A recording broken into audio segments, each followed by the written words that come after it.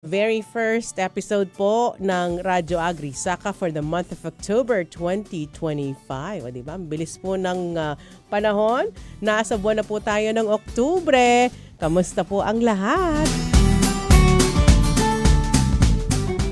Ito po yung lingkod na si Tyra at ating pong makakasama dito sa studio. Walang iba kundi ang partner na si Gio. Good morning, Gio. Good morning, DJ Tyra at sa lahat ng ating listeners. Happy first week of October. I hope everything's okay. Let's start off the week of this month with good news from Department of Agriculture. And today is the 3rd of October 2025. 83 days na lang at Christmas na 91 days before 2026. Kaya samahan niyo po kami para sa 2 oras ng palatuntunan patungkol sa agrikultura. Tumutok lamang po kayo. Ito po ang Radyo Agri Saka. At ating po makakasama mula sa ating katuwang sa Department of Agriculture Region 3, representing our Regional Executive Director DARFO 3, Dr. Eduardo L. Lapuz Jr., at ng Chief ng Information Section DARFO 3, Ms. Ozan Ono Ocampo Alas. Live po nating makakapiling dito sa ating studio ang technical staff mula sa Regional Agriculture and Fisheries Information Section or RAFIS DARFO 3, Dexter Drazen Dumol. Good morning. Good morning po, DJ Tyra, at good morning, DJ Gio. At good morning din po sa ating mga tagapakinig, lalo na sa ating mga magigiting na magsasaka. At ito po ang inyong lingkod na si Dexter Drazen P. Dumol. At samahan niyo po muli kami sa 2 oras na talakayan kung saan ay ating pag-usapan ng mga kaganapan at update patungkol sa agrikultura. Kaya naman halina't makinig at matuto sa ating programang Radyo Agrisaka. Okay, so samahan niyo po kami sapagkat marami na naman tayong pag-uusapan. Hopefully makakasama natin later si Ernest. Si Ernest, ingat lamang sa biyahe and mag-ingat sa pagdadrive. Okay, ano ba ang aasahan ng ating mga tagapakinig sa 2 oras na programa for today's October 3, 2025 episode? Okay.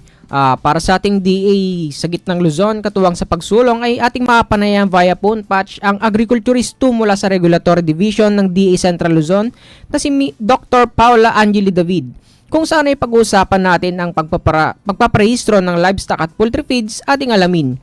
At para naman sa ating PhilRice segment, PhilRice on Air Kinig na, ay ating makakapanayam via phone patch ang Senior Science Research Specialist ng Technology Management and Services Division ng DA PhilRice na si Miss Juvie Jane Awungon, kung saan ay pag-usapan natin ang mga tips sa pag-imbak ng palay, alaga ang ani, sigurado ang quality.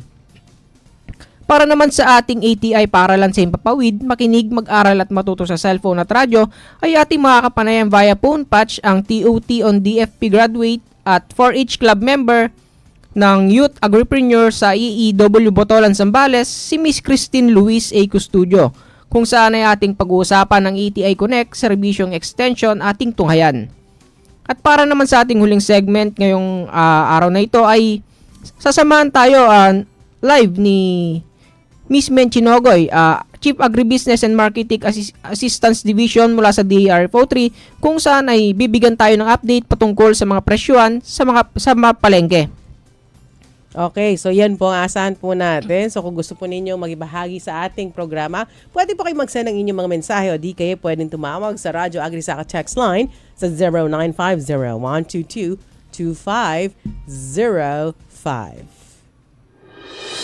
Agri Saka, good news!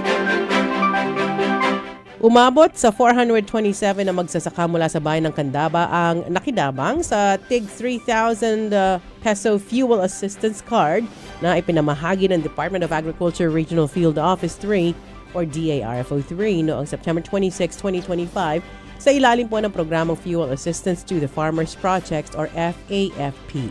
Ang mga benepisyaryo ng naturang tulong ay mga magsasakang nakarehistro sa Registry System for Basic Sectors in Agriculture or RSBSA at may sinasakang 2.01 hanggang 3 hektaryang lupain. Layunin ng programa na makatulong sa pagpapatuloy ng operasyon ng sasakahan sa gitna ng patuloy na pagtaas ng presyo ng krudo na malaking bahagi ng gastusin sa produksyon sa sektor. Ipinabatid ng DARFO 3 FAFP Focal Person Engineer Arwen Lacanilao na ang fuel assistance ay hindi maaaring i-withdraw bilang cash, kundi eksklusibong nakalaan para sa pagbili ng gasolina o diesel sa mga gasolinahang tumatanggap ng card payment. Bukod sa Candaba, patuloy ang DARFO 3 sa pamamahagi ng fuel assistance sa iba pang probinsya ng Gitnang Luzon upang higit pang magsasaka ang makinabang sa nasabing proyekto. Ang programang ito ay bahagi ng mas malawak na inisyatibo ng pamahalaan upang palakasin ang sektor ng agrikultura at tiyakin ang seguridad sa pagkain ng bansa. Inatasan ni Agriculture Secretary Francisco Picho Laurel Jr. ang lahat ng regional offices ng Department of Agriculture o DA sa mga lugar na tinamaan ng mga nagdaang bagyo at habagat. Gayon din ang Philippine Crop Insurance Corporation o ang PCIC na pabilisin ang verifikasyon ng mga pinsala at pagtataya ng losses upang agad na may pamahagi ang tulong sa mga apektadong magsasaka at mangingisda.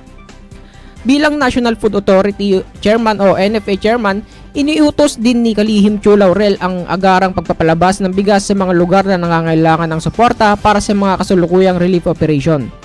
Ayon sa ulat ng DA Disaster Risk Reduction and Management Center na inilabas noong September 27, base sa paunang pagdataya ay aabot sa 1.38 billion ang kabuuang pinsala sa agrikultura at infrastruktura. Ito ang pinagsamang epekto ng mga bagyong Mirasol at Nando pati ang habagat sa siyam na rehiyon. Nakita din sa ulat na tinatayang nasa 55,595 na magsasaka at agricultural workers ang naapektuhan. Iniulat ng DA Regional Field Offices ang pinsala na humigit kumulang 47,723 na hektarya ng sakahan sa Cordillera Administrative Region, Ilocos Region, Cagayan Valley, Central Luzon, Calabarzon, Mimaropa, Western Visayas, Northern Mindanao at Soxargen. Base sa paunang pagdataya, nasa 109,997 metrikong tonelada ang pinsala sa produksyon ng palay, mais, high value crops at sa livestock at poultry. Bilang tugon, naghanda ang DA ng mga sumusunod na tulong para sa distribusyon. 142,219 bags ng palay seeds, 90,322 bags ng corn seeds, 40,518 kilos ng vegetable seeds, 1.65 milyong fingerlings ng tilapia, bangus at karpa, gamot at biogesic para sa hayop at manok, at agarang pagbigay ng survival recovery o sure loans hanggang sa 25,000 sa ilalim ng Agricultural Credit Policy Council na mababayaran sa loob ng 3 taon nang walang interes, pati na rin ang crop insurance indemnification mula sa PCIC. Nagpaplano ang Department of Agriculture ng White Revolution, ang malawak na roadmap sa pagbabago sa agrikultura na dinisenyo upang masiguro ang matatag na supply buong taon ng murang gulay at high-value crops. Pinukaw ni Agriculture Secretary Francisco P. Chu Laurel Jr. ang kamalayan sa demand, market-enabled strategy upang mapakain ang lumalaking populasyon at pahusayin ang nakasanayang pagsasaka na may protected cultivation systems. Ikinukonekta sa mga estratehikong lokasyon ng food hubs at episyenteng logistics. Ang plano ay pakikinabangan sa pinakamagagandang mga makasanayan o kasanayan. Gagamit ang angkop na teknolohiya at patatagin na social networks upang masiguro ang katatagan at kakayahang lumago o lumaki. Nakasentro sa planong ito ang pagtatatag ng bagong food corridors na estratehiko sa mga lugar na malapit sa urban markets. Ang mga lugar na ito ay magtatampok ng greenhouses, refrigerated storage at pinahusay na post-harvest systems at papayagan ang mga magsasaka na magtanim anuman ang kondisyon ng panahon at palawigin ang shelf life ng mga pananim at mabawasan ang pagkasira. Layunin ng mga pagsisikap na ito na mabawasan ang pagpabago-bagong presyo at mapahupa ang pressure ng inflation na iniuugnay sa pagkagambala ng supply ng pagkain. Inuutos ni Undersecretary Cheryl Marie Caballero na nangangasiwa sa high-value crops ang full inventory ng lahat ng umiiral na greenhouses sa ilalim ng mga nakalipas na programa ng DA upang matukoy kung aling mga pasilidad ang maaaring kumpunihin at magbigay ng estratehikong inisyatiba bilang paunang hakbang. Ang pangalang White Revolution ay inspiration mula sa puting plastic films na ginamit sa greenhouses, pagtatakip ng lupa gamit ang mga tuyong dahon, dayami at iba pa, tunnels, mga teknolohiya na ginamit sa pagtatanim ng gulay sa South Korea sa pagitan ng 1970 at 1990s. Agri-Saka. Good news! Inyong pinakikinggan ang Radyo Agri-Saka. Saganang kabuhayan sa agrikultura, atin to! Philippine Standard Time is 10:17. Increase your market share and revenues with Bitstop Network Services, where we help you lower your cost of acquiring new clients. With BNS, you can deploy tried and tested strategies that leverage the power of the internet that is proven to work for businesses like yours. Call BNS at 6375-522-5089 for a free online conference to find out more about how our innovative web solutions can help you succeed. Your Countryside Radio is now online. Visit our website at www.rw951.fm and click RW Online Streaming on the upper right corner. RW Online Streaming is powered by Bitstop Networking Services Incorporated.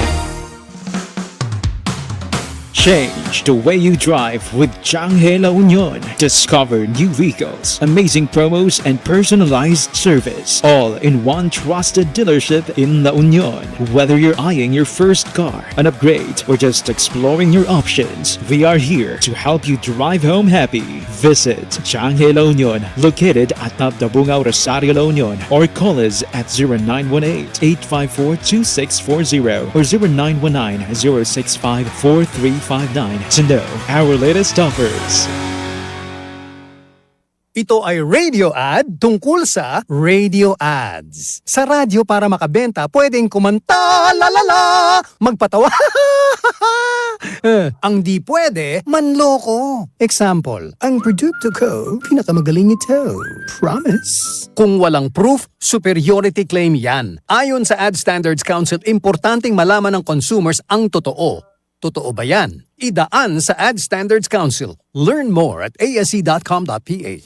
RW 95.1 FM is celebrating 30 years of music, news, and service. At ito'y hindi magiging posible without you. Dakal pong salamat ka ring advertisers, supporters, at sponsors sa walang sawang suporta. At syempre sa inyo, mga loyal at giliw nating listeners na naging bahagi ng ating kwento mula noon hanggang ngayon. 3 dekada. Isang puso. Isang himig. Para sa inyo, karehiyon. Para kaya kayo kabalin. Di kami po inyo kayong RW 95.1 FM family.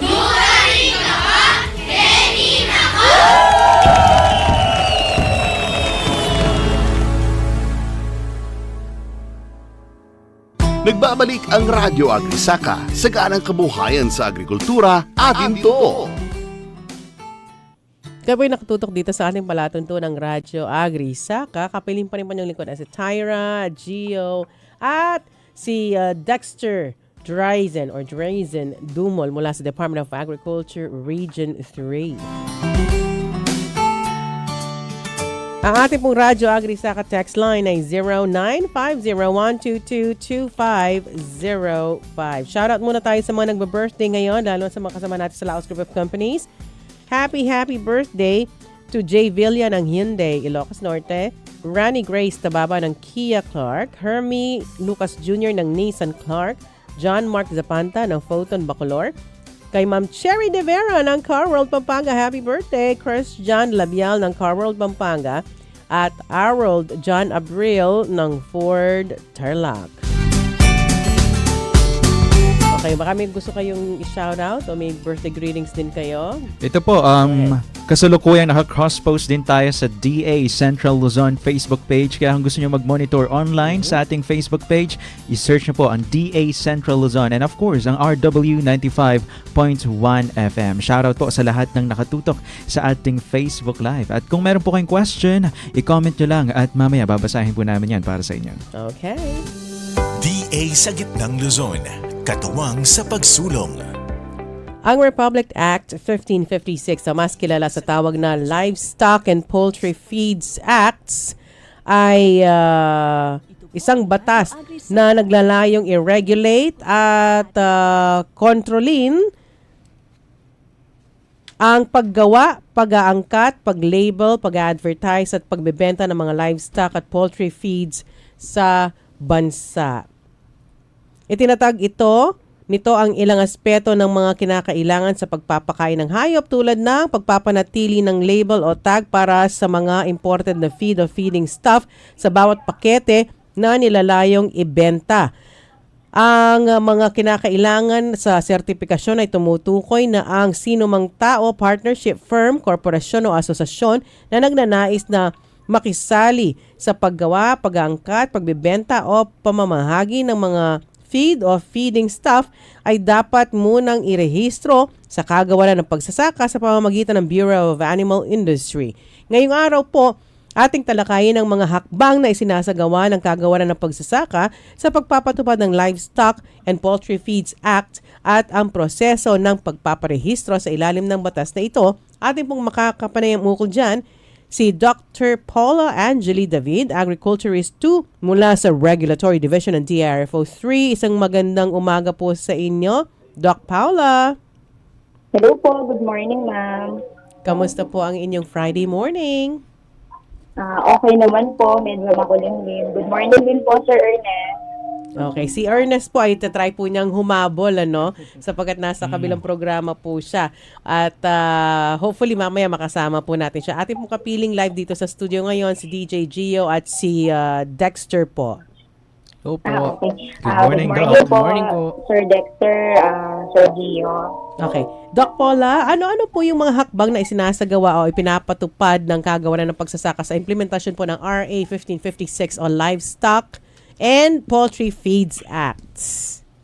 Okay, so yung mga hakbang na isinasagawa po ng kagawaran ng pagsasaka para maipatupad yung ating batas na RA 1556, particularly po yung Bureau of Animal Industry is pagde-deputize po sa amin as inspector, more commonly known as Animal Feed, Veterinary Drugs, and Biologics Control Officers.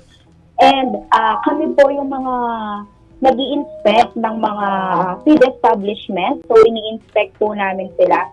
Magsimula po sa paggawa ng feed, pagbebenta, at pagde-distribute. And then, meron din po tayong ginagawang mga awareness seminars together with our LGU partners and mga stakeholders para ipaliwanag sa kanila kung bakit kailangan silang magparehistro sa atin and para din ma-implement yung RA 1556. Of course, ma'am, nandiyan din po yung pagkukolect namin ng feed samples sa mga feed company and mga feed retailers. Yung mga feed sample na po ito is sinasubmit po namin sa ating regional feed laboratory and then para malaman po natin yung nutrient standards ng mga feeds nila. And once na lumabas po yung results, ipo-forward po namin ito sa mga clients. At Doc Paula, bakit po kinakailangang magpa-register sa ilalim ng Livestock and Poultry Feeds Act? Ano po ba yung layunin nito? Yes, sir. Kailangan po talagang magparehistro sa ating RA 1556. Siyempre po, una, Republic Act siya. So, batas po siya na kailangan po nating sundin. And karagdagan din po, para po masiguro natin na ang mga pinapakain po natin sa mga alaga nating hayop ay dumaan sa proseso, dumaan sa tamang proseso. Kasi po, minsan may mga nangyayari, hindi natin maiwasan na namamatay yung mga alaga nating hayop. So, para na din matrace at maging malaman natin kung sino yung accountable na tao para malaman kung sino yung accountable na tao na para dun sa nangyaring yon. Matitrace natin kung sino yung supplier ng feed, kung sino yung nagbenta, kung saan galing kumpanya. And then, of course, protection na din po sa atin. Kasi di ba, sir, tayo po yung kumakain ng mga baboy at mga manok. So, kung substandard yung feed, may mga antibiotic residue, mapapasa po sa atin yung mga pagka-resistant natin sa isang gamot, lalo na kasi napapasa po kasi yon sa mga kinakain ng hayop kung substandard yung feed. Okay. Ma'am, sino-sino po ang mga kailangan magparehistro sa ilalim ng Livestock and Poultry Feeds Act? So, yung mga kailangan pong magparehistro dito ay yung mga individual or yung mga business entities na naka-engage sa paggawa ng feed, sa pag-import ng feed, yung mga naghahalo ng feed, mga distributor, mga repacker, and down po sa ating mga retailers. Okay. Doc, may bayad po ba ito?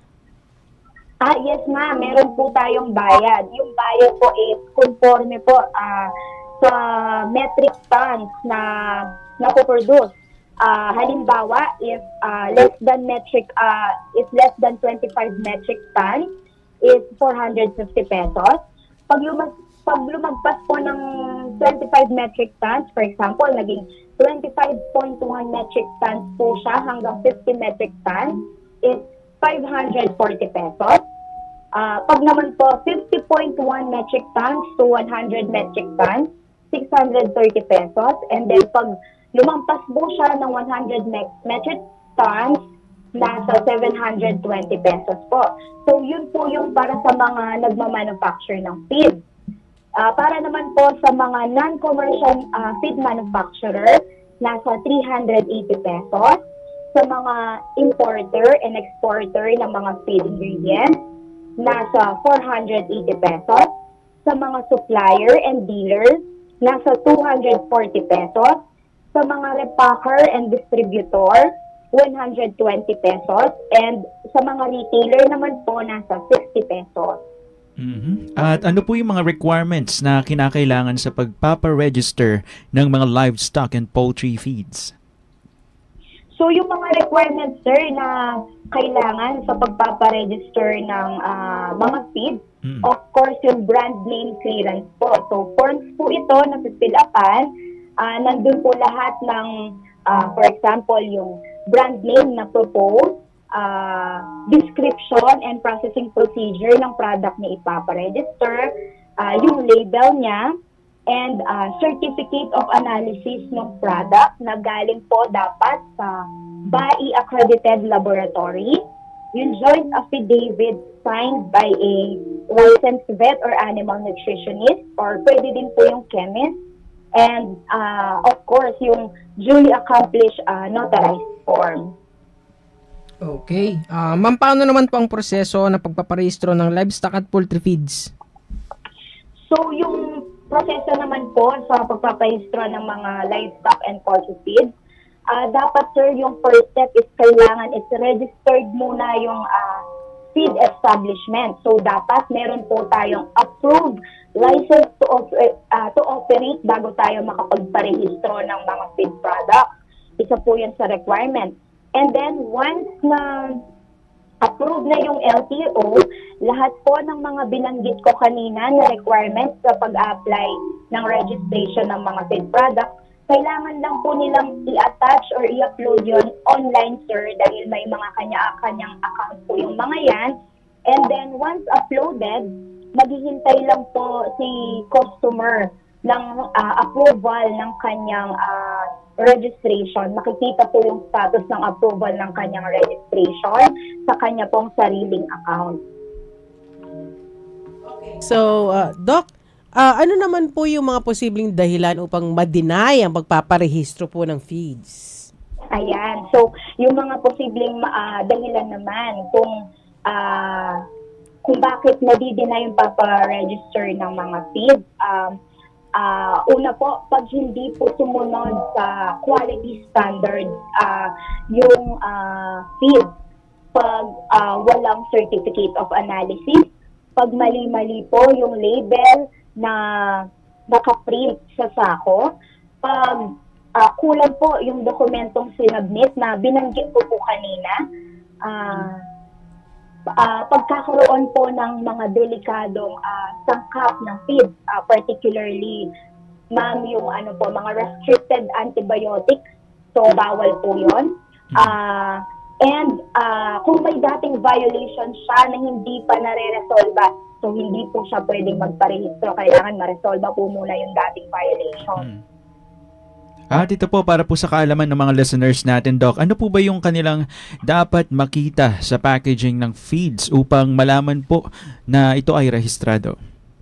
Okay, sa packaging naman po, para malaman kung rehistrado yung isang feed product, so maliban po sa brand name, name and address ng manufacturing company, maliban po sa batch number, lot number, mga ingredients, kasi di ba yun po yung mga karaniwang nakikita natin sa packaging ng mga feed product. So maliban po doon, dapat i-check din po ng mga customer kung meron pong BAI license to operate number and certificate of feed product registration number na naka-imprenta po sa bandang ilalim po ng sako ng feed. Okay, Doc. Doc, ano naman po ang mga posibleng mangyari kapag ang nabiling at napakain na feed sa mga alagang hayop ay hindi rehistrado? So, yung mga posibleng mangyari naman po kapag nakabili po ang mga customer at napakain yung substandard na feed or yung feed na hindi rehistrado ay unang-una, nakaka-apekto po yun, sir, sa kalusugan ng hayop. Pwede pong makakuha yung alaga nating hayop ng mga bacteria or mga toxin. And then, hindi rin niya makukuha yung kinakailangan niyang nutrisyon para ma-reach niya yung kanyang weight. Mahina ang resistensya at pwede po siyang magkaroon ng sakit.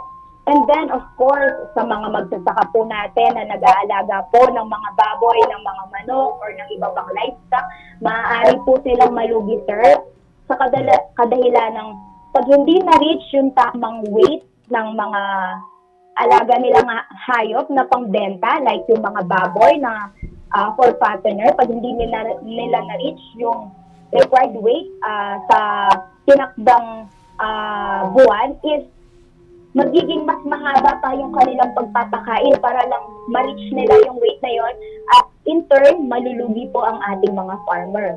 And sa publiko naman, sir, tayo pong kumakain ng mga baboy or manok na hindi nakakatanggap ng sapat na nutrition sa feed at may mga contaminant yung mga feed sa pinapakain, pwede pong ma-at risk yung ating health. Okay. So, ayun po. Kanino po maaari makipag-ugnayan ng mga nais magparehistro po ng kanilang feeds, Doc? So, maaari po tayong makipag-ugnayan unang-una sa Bureau of Animal Industry po sa may Quezon City. And state ko na din po yung website na pwede nilang puntahan para mas maging detailed po or kung meron pa po silang gustong malaman. So, pwede po silang mag-visit sa www.bai.gov.ph. And dito din po sa Department of Agriculture Regional Office, pwede po nila kaming bisitahin ng personal. Nasa 4th floor po kami, Government Center po, sa COP Maimpis, City of San Fernando, Pampanga.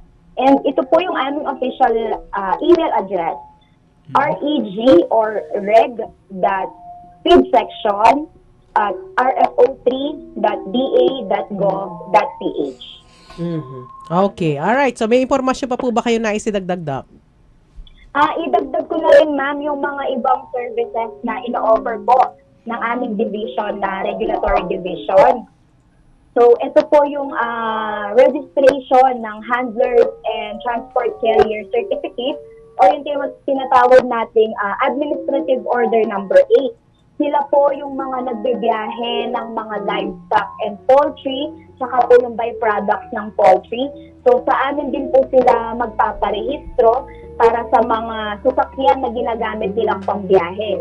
Nandito rin po sa aming tanggapan yung pagpapasertifika ng good animal husbandry practices and good agricultural practices, as well as yung plant material and plant nursery registration.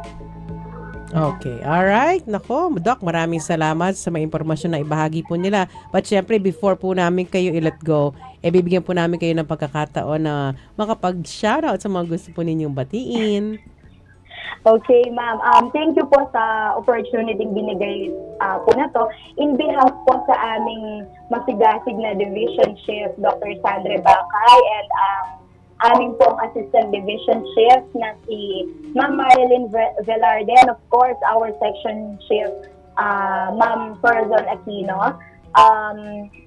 Nagpapasalamat po kami sa pag-imbita sa amin para maipaliwanag po sa publiko kung ano po yung mga services namin. And of course, shout out din po sa mga kasama ko dito sa feed section po. So, thank you, ma'am. Okay, maraming salamat din po sa inyong panahon at impormasyong na ibahagi sa ating mga taga-subaybay. Doc, muli marami pong salamat. Thank you po. Ayan, at ating napakinggan ang Agriculturist 2 mula sa Regulatory Division ng TA Central Luzon na si Dr. Paula Angeli David para po sa proseso na pagpaparehistro ng livestock at poultry feeds ating nang alam. Dito po yan sa DA segment, DA sa Gitnang Luzon, katuwang sa pagsulong. Manatiling updated sa mga balita mula sa kagawaran ng pagsasaka para sa Gitnang Luzon. I-like at i-follow ang aming Facebook page na Department of Agriculture Central Luzon. Abangan ang mga maiinit na balita patungkol sa agrikultura na makatutulong sa inyong pagsasaka. I-follow na rin ang aming YouTube channel na Department of Agriculture Central Luzon at maantig sa kwento ng buhay ng mga matatagumpay na magsasaka at matuto sa iba't ibang mga teknolohiya sa pagsasaka. Panoorin din ang inyong paboritong agriculture television show sa Gitnang Luzon, ang AgriTV Central Luzon na mapapanood sa CLTV 36 tuwing Biyernes ng alas 6 sa gabi. Kaya naman manatiling updated mga ka-agri.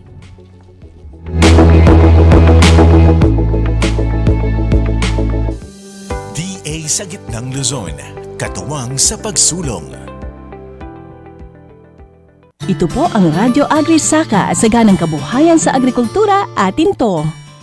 Philippine Standard Time is 10:38. San Miguel Animal Healthcare V-Line para sa alagang baboy at manok. Multi-V, pampalusok, Elec V, Electrolyte Booster, Amoxil V, laban sa impeksyon, Doxa V, kontra pneumonia, Para V, para sa lagnat. San Miguel Animal Healthcare V-Line. Subok na, abot kaya pa. Must be prescribed by a veterinarian. Multivitamins is a generic name of Multi-V. Electrolyte is a generic name of Elec V. Amoxicillin trihydrate is a generic name of Amoxil V. Doxycycline hydrochloride is the generic name of Doxa V. Paracetamol is the generic name of Para V. San Miguel Animal Healthcare V-Line para sa alagang baboy at manok. Subok na at abot kaya pa. Wanting a new car but on a tight budget? Get it from CarMix. Your new pre-owned car for as low as 20% down payment only. But wait, there's more! You also get 1-year comprehensive insurance, shuttle mortgage, LTO transfer of ownership, and Laos Group Cares roadside assistance. All for free! That's right, all for free! Sedan, SUVs, pickup trucks, vans, we have it here! Visit CarMix Pampanga today along Jose Gonzalez Avenue, City of San Fernando, with satellite office at Car World Caltex Station, corner of MacArthur Highway and Lazadine Boulevard. Call us at 0918-854-2215 or 0918-854-2231. Drive home your new car today. CarMix since 1983. Looking to boost your business? It pays to advertise with RW 95.1 FM. The multi-awarded Best Provincial FM station, proudly recognized by the KBP Golden Dove Awards. With years of experience, a powerful on-air presence, and an ever-growing digital community, RW connects your brand to thousands of loyal listeners every day. From engaging radio broadcasts to dynamic social media campaigns, RW 95.1 FM is your perfect partner in business growth and exposure. Ready to take your business to the next level? Call RW 95.1 FM now. 0919-065-0061 or email rw951fm@yahoo.com. RW 95.1 FM. Your partner in business success. Lukarin ka pa, Kenila ka.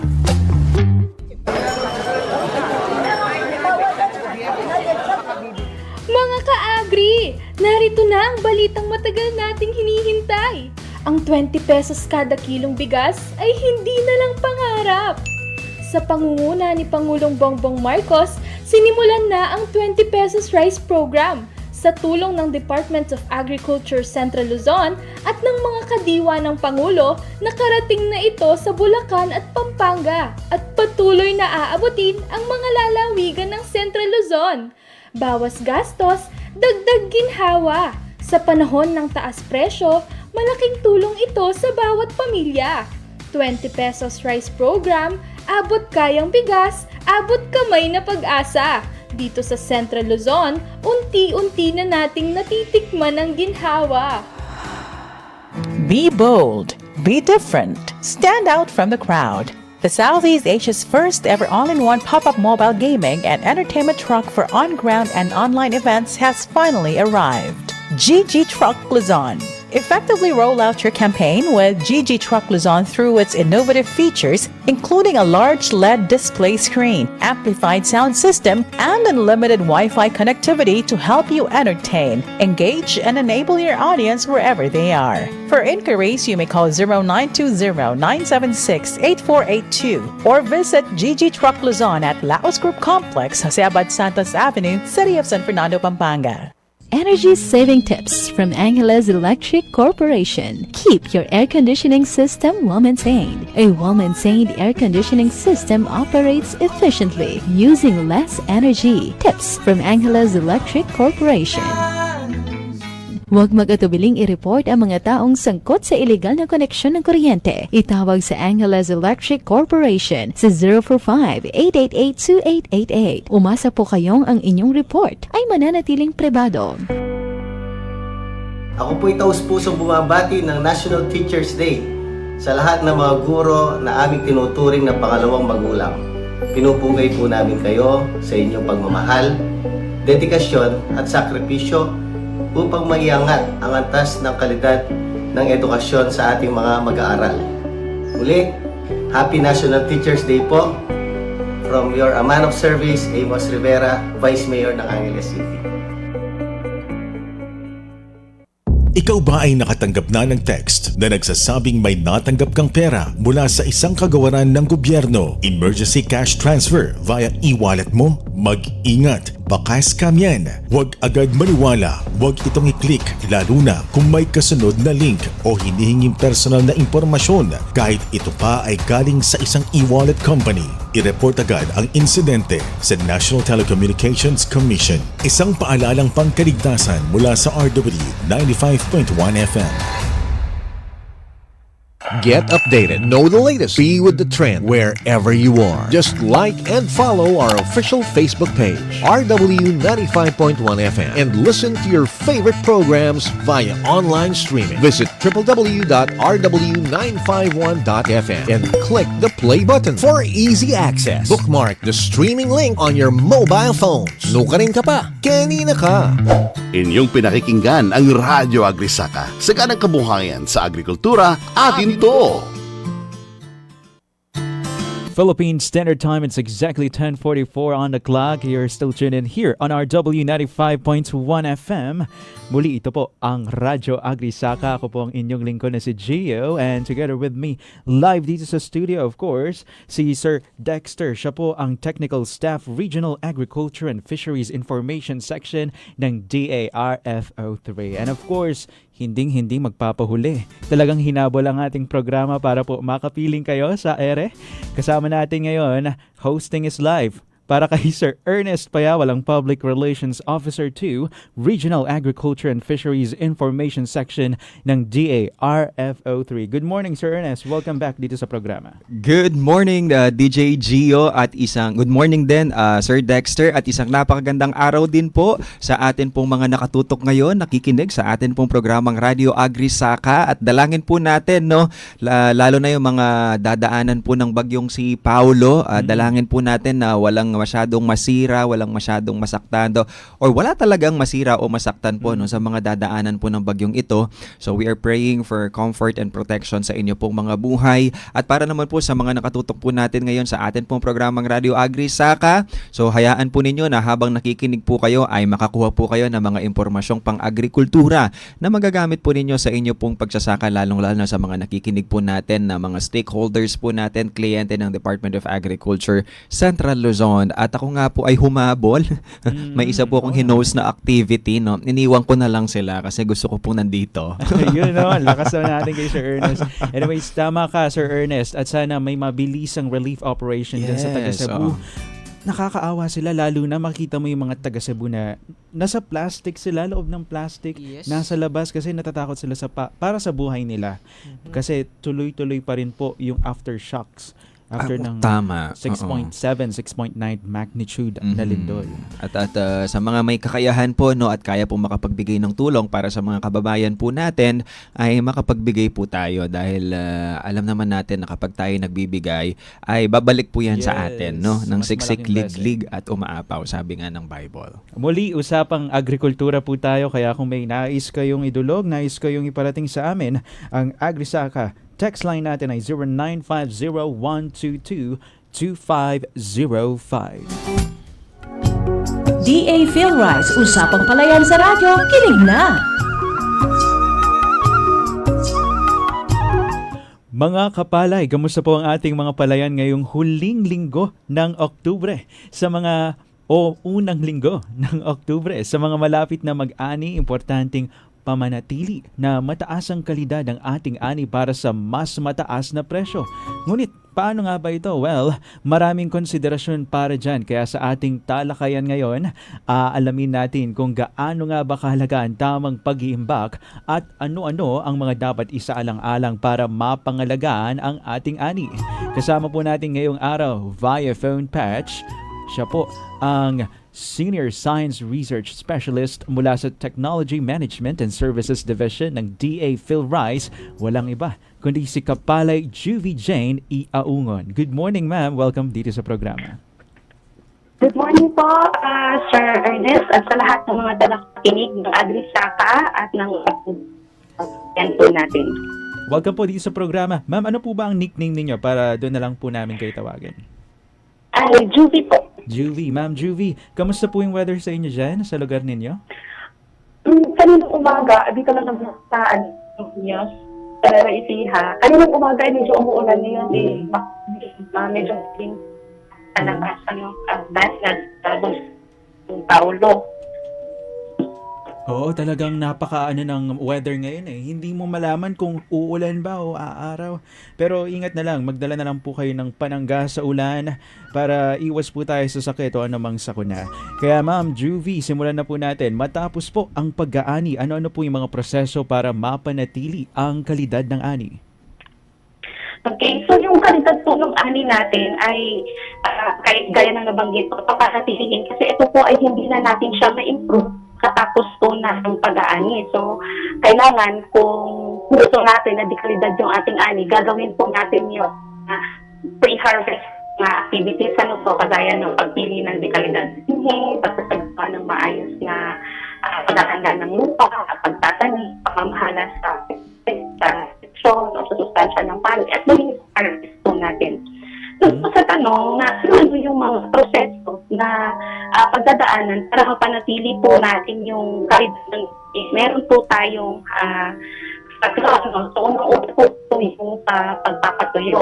So, pagkatapos po nung harvest po natin, kung may kakasanan natin, sa loob po na isang or 24 na oras, pagkatapos po anihin, kailangan po mapatutunan natin yung palay hanggang sabi natin skin dry or 18% na moisture content po.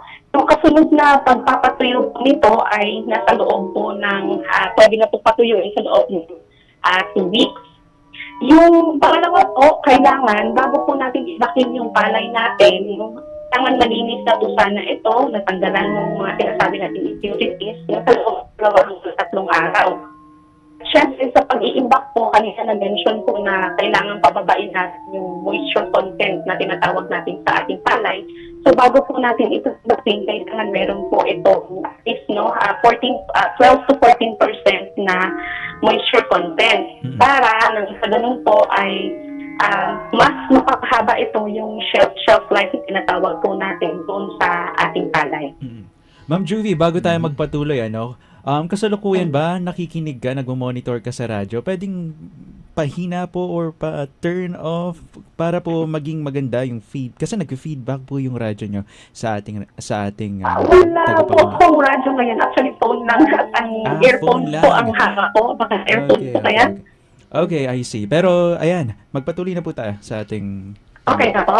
Yes po, okay naman na po. Loud and clear naman na po ang ating audio.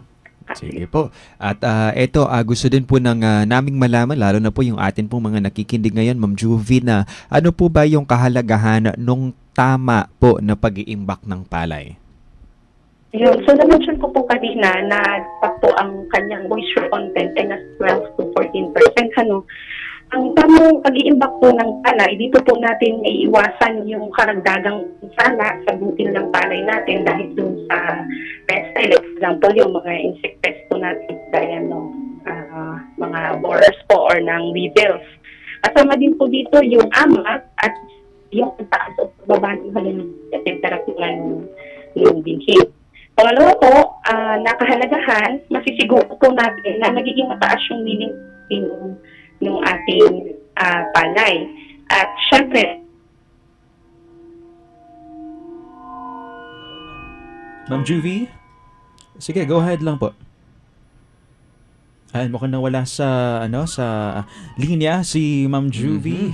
Pero ayan, para sa karagdagang impormasyon po, muli nawala na siya sa linya, pero susubukan po natin siyang balikan. At yan, naka-live po tayo sa DA Central Luzon Facebook page at sa ating RW Facebook page. Doon po kayo mag-monitor. By the way, shoutout sa ating mga tagapakinig via live.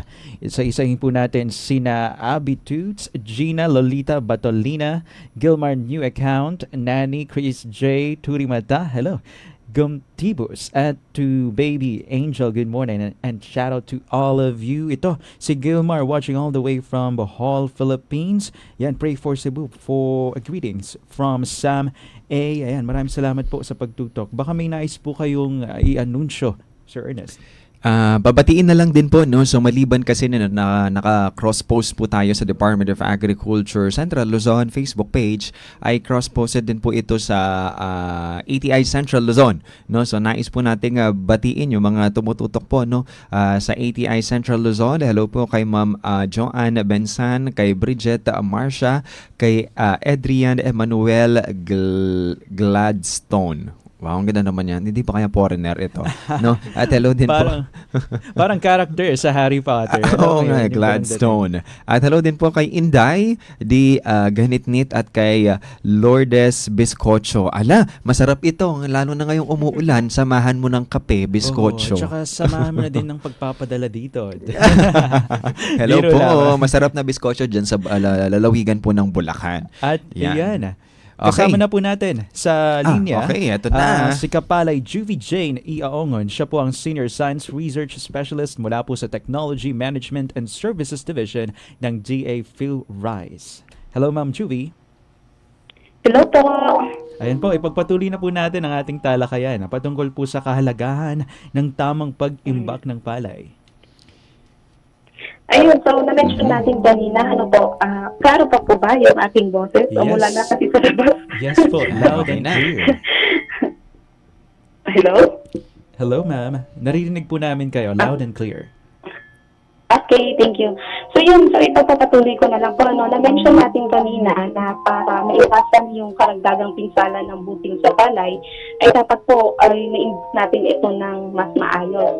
Siyempre, nakakatulong din yung tamang pag-i-impact sa mataas na overall quality market value ng ating ani at tinitiyak din po natin na makakasupply tayo ng dekalidad na bigas sa ating pitong pamilihan. Okay. Okay po. Ma'am, ano po ang mga dapat nating tandaan o mga tips bago i-imbak ang palay? Okay, so kanina na-mention natin yung mayroong 12 to 14% o mas mababa na sinasabi natin kanina.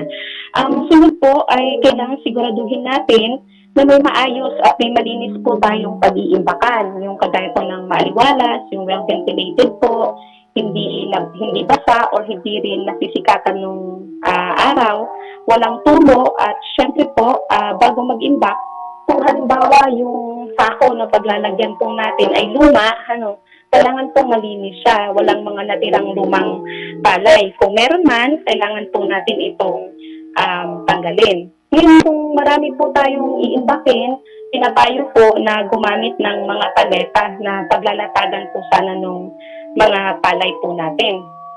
Sunod po dito, Kung halimbawa yung bodega po, no, o yung warehouse na pag-iimbakan natin, kailangan pong nakahiwalay yung mga ginagamit nating agricultural inputs, chemicals, kagaya ng mga pataba, ng mga pestisidyo. At syempre po, kailangan ng proteksyonan po natin ito sa mga insekto, sa daga, at syempre po sa ibon. Yun po yung mga kasunod na mga tips po sana sa pag-iimbak ng palay. Kung wala pong pag-iimbakan na bodega, pwede yung mga taklog o di kaya hermetic storage po natin, pwede po nilang pag-iimbakan po.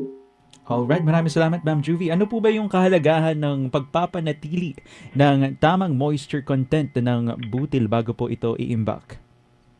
Okay, so ang budil po kasi ng palay natin, meron siyang tinatawag na katangian na hygroscopic, no? Ibig sabihin, pwede siyang tumiko o mag-release o mag-absorb, no, ng moisture mula sa kanyang kapaligiran. Kaya kailangan po nasa 12 to 14% po ang kanyang moisture po nito. Ang nangyayari po kasi ay kapag halimbawa mataas yung moisture ng palay po natin, nagiging malambot po ito at madaling makrack kapag ididiling. Kapag masyadong mababa naman, mas maraming durog or mababa yung tinatawag nating head rise po, yung unbroken materials po natin. So po nito, kapag mas tama yung moisture content, may enhance po natin yung tinatawag natin yung efficiency at mapokontrol natin yung pagdami ng amag. Kasi usually po kapag tumaas yung temperatura natin, iinit sa loob, syempre nagre-respire po yung buto natin, yung respiration, pag-init nun, nagiging, kumbaga, favorable siya, no, nakakahikayat siya doon sa mga insekto na dumami o di kaya doon sa mga amag na siyang nagre-resulta naman doon sa tinatawag natin discoloration o yung pagbaba ng kalidad ng butil.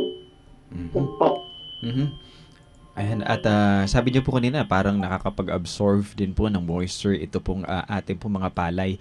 Tanong po namin Ma'am Juvie na ano po ang mangyayari kung tumaas ang halumigmig o temperatura sa loob po ng imbakan? Yun, pagka tumaas yung halumigmig, yung tinatawag nating relative humidity, ma-absorb po kasi ito nung ating grains, no? So kapag na-absorb ng grains po natin, maaaring tumaas ulit yung kanyang moisture, no? Mas prone po ito sa breaking. Ngayon, yung pagtaas din na yon ay maaaring maka-apekto din sa activity ng mga insect pest po natin, no? May mga iba't ibang peste po tayo, insekto sa ating imbakan, kagaya ng weevils, yung lesser borer, at yung iba pa pong mga insecto rhizomes, no? So yun po, nakaka-apekto yung pagtaas ng relative humidity at syempre yung playing ng temperatura po doon. Okay. Ano po ang mga rekomendasyon para maprotektahan ng mga iimbak na butil sa imbakan o imbakan ito sa imbakan? Ayun. Ayun, so may mga kailangan po natin tayong isaalang-alang para maprotektahan po yung mga inimbak na butil po natin, no? So sa mga larger scale or medyo marami-rami po sa mga bodega, meron tayong mga tinatawag na considerations. For example po, kung tayo ay may bodega, dapat po ito ay mas mataas doon sa ground level natin or elevated na tinatawag natin para hindi po siya bumaha. At syempre, kailangan po yung bubong nito ay hindi tumutulo para maiwasan po natin yung tinatawag nating re-entry ng moisture po, ano. At kung halimbawa may kakayahan po, ang kanyang dingding po sana ay nakapalitada na mayroong pinturang puti. Ito po ay para mas madali nating makita yung mga insekto kasi halimbawa kung mayroong mga cracks yung mga dingding po natin, doon po nagsusuot itong mga insekto, no, na siyang nakakasira doon sa butil po natin. Kailangan po na maliwanag, maaliwalas, may maayos na ventilation, at syempre po ay may provisions po ng tinatawag nating first in or first out na movement po ng mga stocks po natin. At kailangan din po ito ay nakaplano, no? So halimbawa may mga iba't ibang variety pa, naka-organize po siya na paglalagay doon po sa loob ng imbakan natin. Ma'am, magpa-follow up lang po ako kasi kanina po natanong po natin, no, yung patungkol po sa halumigbig o temperatura. Meron po ba tayo na recommendation kung ano po ba yung tamang temperatura lang sa loob po ng imbakan? So may tinatawag po tayong safe, kumbaga safe moisture content, na kung saan meron din, nakadetermine dito yung kung ilang percentage ang relative humidity at yung temperature sa ating imbakan. So kapag yung tinatawag po nating 14% moisture content na siyang pinaka-rekomendado na moisture content ng palay natin, usually po, ito ay nasa 32 degrees yung kanyang temperature at 77% naman po yung kanyang relative humidity. So dyan po siya naglalaro, supposedly, yung ating imbakan para na sa ganun, makahaba yung shelf life po ng ating iniimbak na palay. At pero maitanong na lang din po namin, ma'am, na gaano po ba yung dapat na i-imbak lang po yung ating palay? Gaano katagal lang po? Kasi siguro po baka kapag sobrang tagal na po nito, baka bumaba din po yung kalidad po, no? Na kapag ginawa na po natin itong bigas. Ano po ba yung standard lang na dapat buwan lang po ba na tagal po ng pag-iimbak po natin ng ating mga aning palay? Okay, so yung pag-i-impact po ng palay natin ay meron po kasi tatawag tayong objective din, no, bakit siya natin i-impactin. Ngayon po, binhiyan, syempre kailangan natin ayusin talaga yung pag-iimbakan at susundin natin yung mga considerations na nabanggit natin. Ngayon po, kung ito ay bibigasin po natin, as long as mapapahaba po kasi natin yung shelf life ng ating iniimbak, as long as nami-maintain po natin yung sinasabi ko kaninang relative humidity at temperatura sa loob ng imbakan, mas mahaba po, 6 na buwan, kaya pa yun. Pero yun nga po, depende kasi ito sa purpose ni farmer kung gaano kahaba at kung kailan niya po ito i-bibenta or bibigasin. Ang ina-assure lang po natin dito na mapanatili natin na nasa safe na moisture content yung ating binhi, na hindi siya magkakaroon ng negative na consequences doon sa kapag pinaggiling na natin or pinakiskis na natin yung palay. Pero sa pag-iimbak po ba ng mga palay po natin, 'di ba kasi lalo na kung sahig po 'yan, no? So pwede po ba 'yon na kahit ipatong lang sa sahig yung mga palay na naani? Kasi 'di ba iba po yung temperatura ng sahig natin or yung lamig ng sahig? Tama po, nabanggit ko kanina na isa sa mga konsiderasyon po natin ay yung paggamit ng paleta. Tama po kayo, sir, na kapag yung sako na inimbak natin na palay, ay dinerecho lang natin sa sahig. Mapapansin natin yan, nagmumoist yung baba na bahagi. Ano po? Kasi syempre, pag malamig po yung sahig po natin, na-absorb po ng binhi natin. Kaya usually, kapag na-absorb ito, kung ilalagay mo yung kamay mo sa loob ng sako, usually umiinit. So dito na po nagkakaroon ng play ng activity yung ating mga amag, no? Nagkakaroon ng mga molds, nagkakaroon ng discoloration. At syempre may effect din po kapag ito ay ipapakiskis po natin. Kaya nire-recommenda po na sana po ay nakaangat po ito gamit yung mga paleta, hindi po diretsyo na nasa sahig. Okay, sige po. Thank you. At bilang panghuli po, no, Ma'am Juvie, baka may nais po kayong idagdag na detalye para po sa mga interesado dito sa ating paksa ngayon. Ayun po, halimbawa po, gaya nito ngayon, no, umuulan at na-mention po natin kanina na yung pagpababa ng 18% na moisture at si farmer ay wala pong mechanical dryers, ano, kasi pagka mechanical dryer, pwede lang diretso yan yung kapag basa yung iyong harvest, pwede lang itong ilagay sa mechanical dryers, unheated air lang sa loob ng 2 oras. Pero kapag yung mga magsasaka po natin ay walang mechanical dryers, kung may area po sila, pwedeng ibuhos po muna yung kanilang mga inaning butil doon sa area, tapos pahanginan po sana, at least para hindi po siya basang-basa talaga. Kasi yung basa, yun nga po nagkakakos ng discoloration. Yes. Ngayon po, sa mga magsasaka po natin na gusto pang matuto, at may mga tanong pa additional dito sa pag-iimbak ng palay na hindi po natin na-discuss, maaari po nila ito i-text sa Philrice Tech Center po, yung 0917-111-7423. At pwede rin pong bumisita pa sa, halimbawa po sa aming Pinoy Rice Knowledge Bank. Andun po yung mga iba't ibang mga learning materials na pwede po nilang basahin o pagkuhanan pa ng impormasyon. At syempre, patuloy po na makinig sa kagaya po nitong programa na Agrisaka, lalong-lalo sa usaping pagpapalayan po natin. Maraming salamat po sa lahat ng nakinig at sana po ay may natutunan kayo. Maraming salamat din po sa inyo, Ma'am Juvie. Ayan, mga tips para po sa pag-iimbak ng palay, alaga ang ani, sigurado ang quality. Nalaman po natin yan sa pamamagitan ni Ms. Juvie Jane E. Aungon. Siya po ang Senior Science Research Specialist, Technology Management and Services Division ng DA PhilRise. Maraming salamat, Ma'am Juvie. Mabuhay po kayo.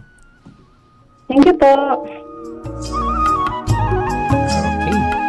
Para po sa ating karagdagang anunsyo bago tayo magtapos, alam niyo po ba na may isang uri ng bigas na mayroong beta-carotene na naglalaman po ng vitamin A na kinakailangan ng ating katawan? Malusog rice ang tawag dito na mayroong gininto ang kulay. Ayon sa pag-aaral na inilabas ng American Journal of Clinical Nutrition, nakapagbibigay ito ng 30 to 50% estimated average requirement o yung tinatawag na EAR ng vitamin A ang isang tasa ng malusog para sa mga bata, buntis at mga nagpapasusong ina. At para naman sa karagdagang katanungan, pwede kayong mag-text o tumawag sa PhilRise Tech Center sa bilang 0917-111-7423. Uulitin ko po, pwede po kayong mag-text o tumawag sa numerong 0917-111-7423. Maaari ring i-like at i-follow ang DA PhilRise Facebook page. DA PhilRise, usapang palayan sa radyo, kinig na! Ito po ang Radyo Agri-Saka, saganang kabuhayan sa agrikultura, atin to. Philippine Standard Time, it's exactly 11:07. Brought to you by San Miguel Animal Healthcare V-Line. Subok na at abot kaya pa. Pure Gold Duty Free Clark and Civic is turning another year older, and the celebration is all for you. From October 15 to 19, join and celebrate its anniversary sale with amazing deals, special discounts, and exciting finds in store. It's Pure Gold Duty Free's way of saying thank you. See you there per DTI Fair Trade Permit Number R3-071 Series of 2025. Pure Gold Duty Free Plaza, Clarkfield, Pampanga. Pure enjoyment, pure value. Ikaw ba'y naiinip na sa bahay at gusto mo nang mag-apply para hindi ka natambay? Baka ikaw na ang hinahanap namin na broadcast technician.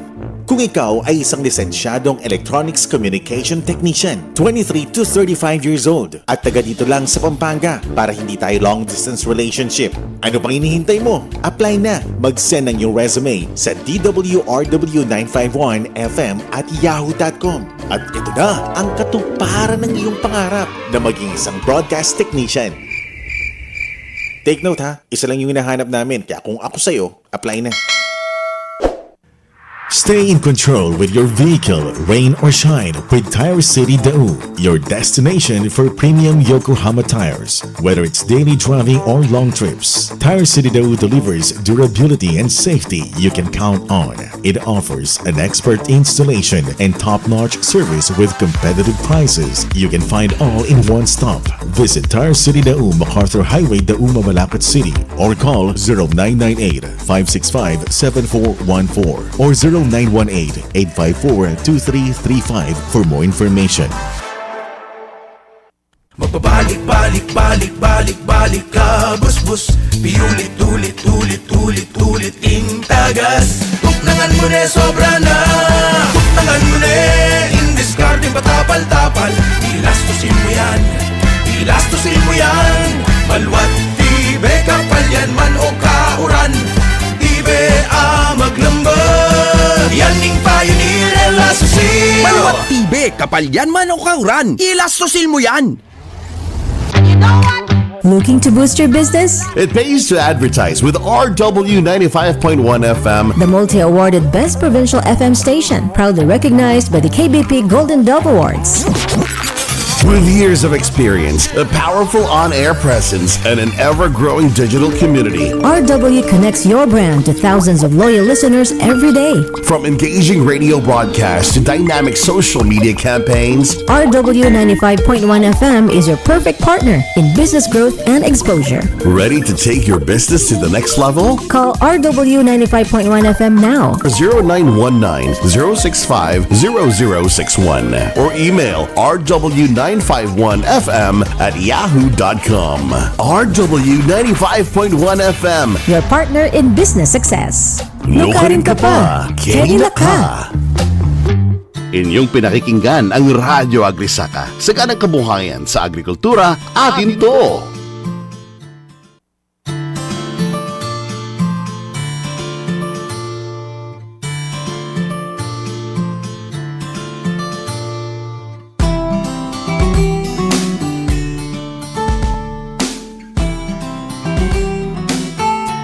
Check your time. It's 11:11 on the clock. You're still tuned in here on our W95.1 FM. Ako po ang inyong lingkod na si Gio. At kasama din natin dito sa studio, live na live, mula po sa Department of Agriculture Region 3, sina Sir Ernest Payawan and Sir Dexter Dryzen Dumol. Paalala, usapang agrikultura po tayo. Maaari kayong tumawag sa ating AgriSaka text line 0950-122-2505.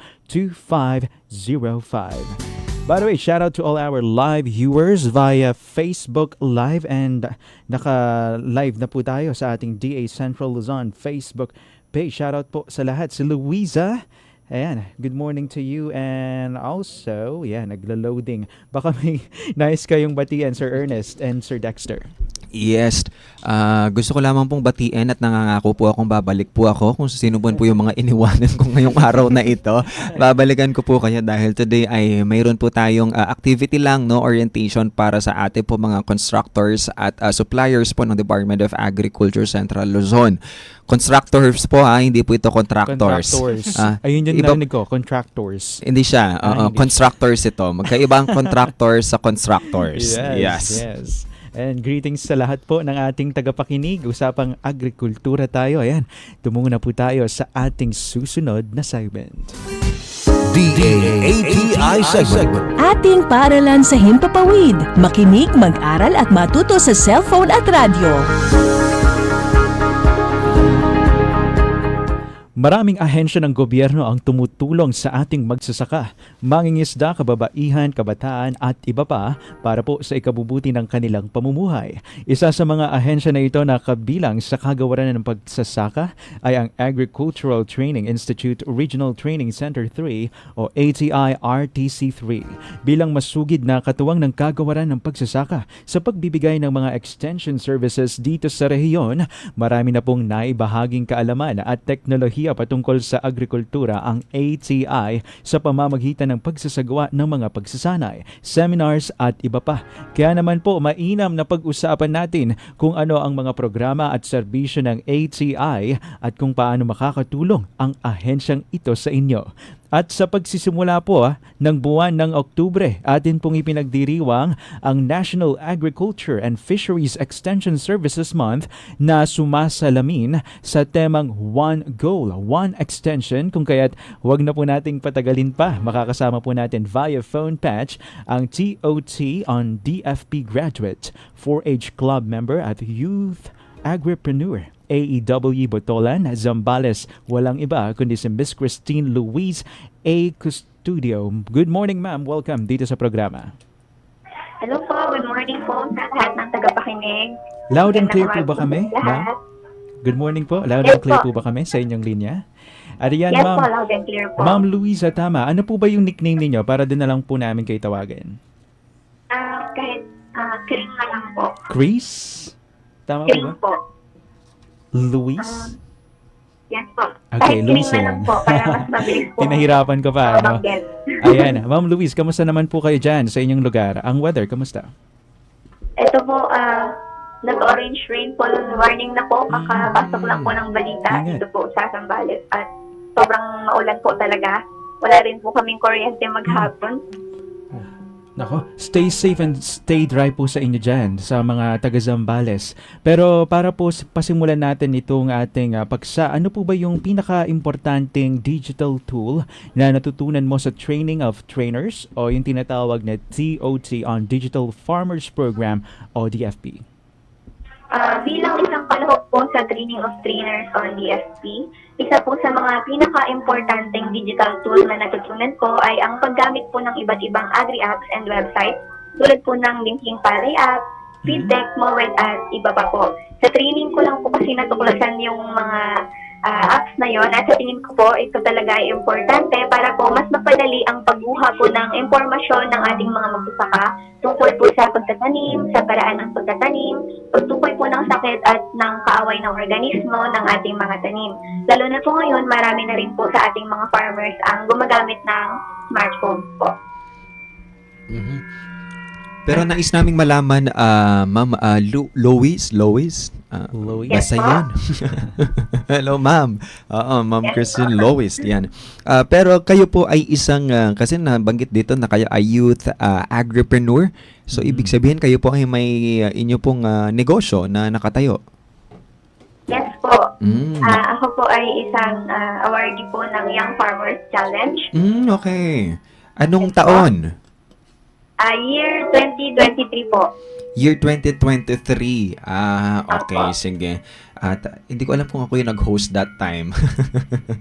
Oo.